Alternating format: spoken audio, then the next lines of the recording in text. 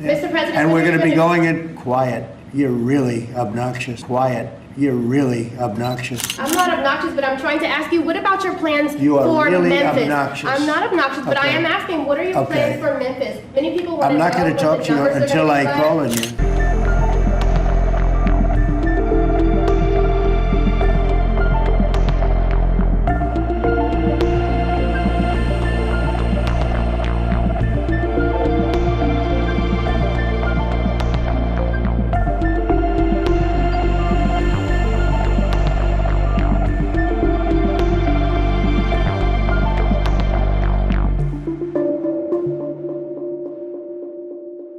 Mr. President, when is Mr. President? New Orleans. Mr. We have to save New Orleans. Mr. President, when are you going to give details We're going to be on going Memphis? into New York too. Mr. President, And when we're are you going to be gonna- going in quiet. You're really obnoxious. I'm not obnoxious, but I'm trying to ask you, what about your plans You are for really Memphis? obnoxious. I'm not obnoxious, but I Okay. am asking, what are your Okay. plans for Memphis? Many people want I'm to know not going what to talk the to you numbers are until gonna I be like. call on you.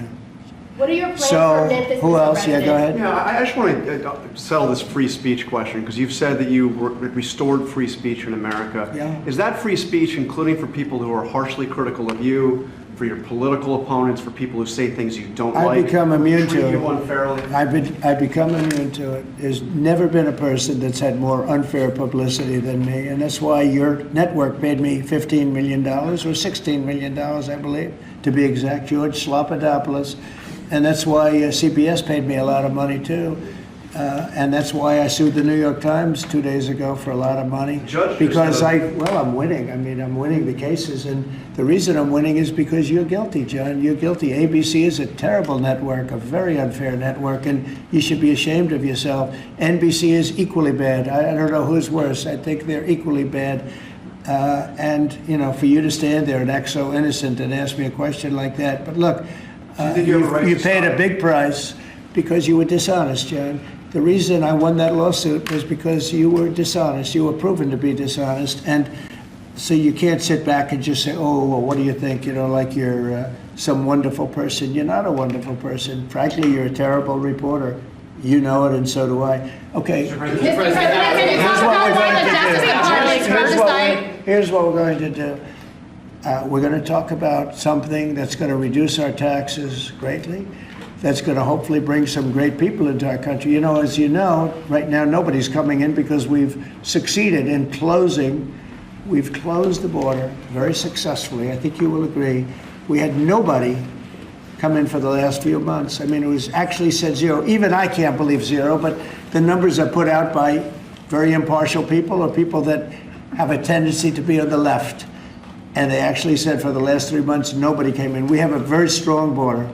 It's a closed border. People are coming into our country, but they're coming in legally. It's a beautiful thing to watch. But we are doing something where rather than coming into the border, 25 million people came into our country during Biden.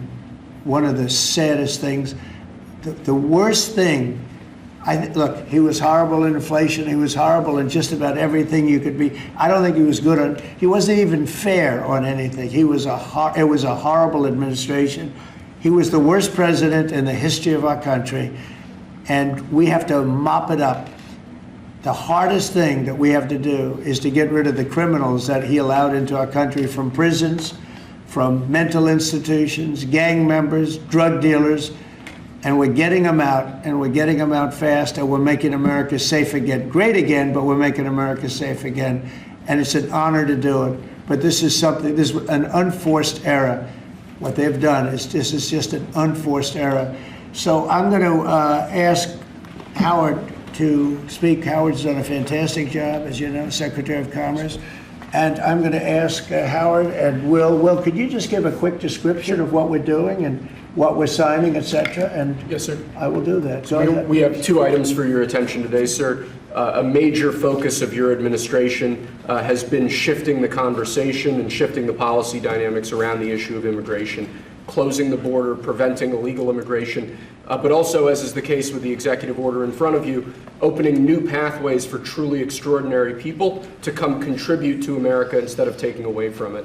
So this executive order is entitled the Gold Card. It will set up a new pathway, a new visa pathway for foreigners of extraordinary ability who are committed to supporting the United States for a payment of $1 million to the U.S. Treasury, or if a corporation is sponsoring them, $2 million by that corporation, and that will give them access to expedited visa treatment as part of this new Gold Card program. And one of the biggest problems we have is that people, they go to the best schools and they do great and they get great marks, and then they're thrown out of the country. You're not allowed to stay. This way, a corporation will be able, sort of like a signing bonus in baseball or football, a corporation will be able to get them to stay in the country. And I think it's going to be tremendously successful. Howard, would you say a few words about it, please? Sure. So historically, the employment-based green card program let in 281,000 people a year.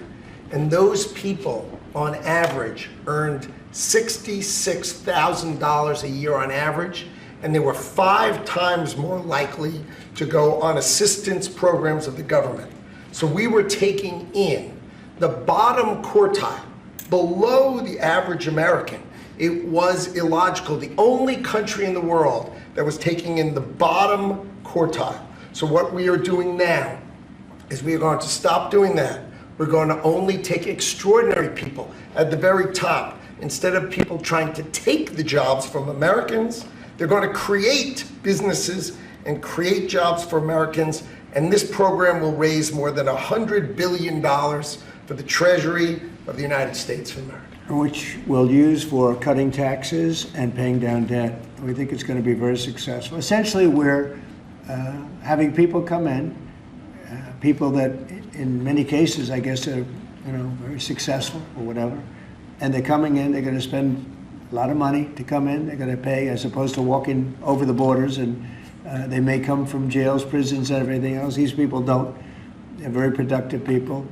And they're going to pay $1 million. The corporation is going to pay $2 million. And it's going to raise billions of dollars, billions and billions of dollars, which is going to go to reduce taxes, pay off debt, and other good things. So I think it's going to be very successful. Are the big techs on board with this, Mr. President? What? The big techs, are the big techs on board with this decision? You just What's bought them going here to, for well, dinner? I wish you'd speak more clearly. I really do. Give it to me again. Are the big techs, the CEOs, on board with this decision? Big Did you techs? talk big Tech- techs? tech- Did you talk to Big them tech about companies. this? Yeah, big tech. Yeah, it's big tech. It's every company. It's Yeah. big tech. It's big tech. It's big everything. York, Okay. the CEOs It's a will be company. here to I said have it's dinner not a with tech you. company. It's tech companies and everything else. Yeah. It's companies having a hard time getting people to be able to stay in the country. It's very difficult. Now, if you want to walk through the border, you can have no problem. People say, well, the best way to come in is walk right through the border, but they can't do that anymore because under our administration, the border is totally closed.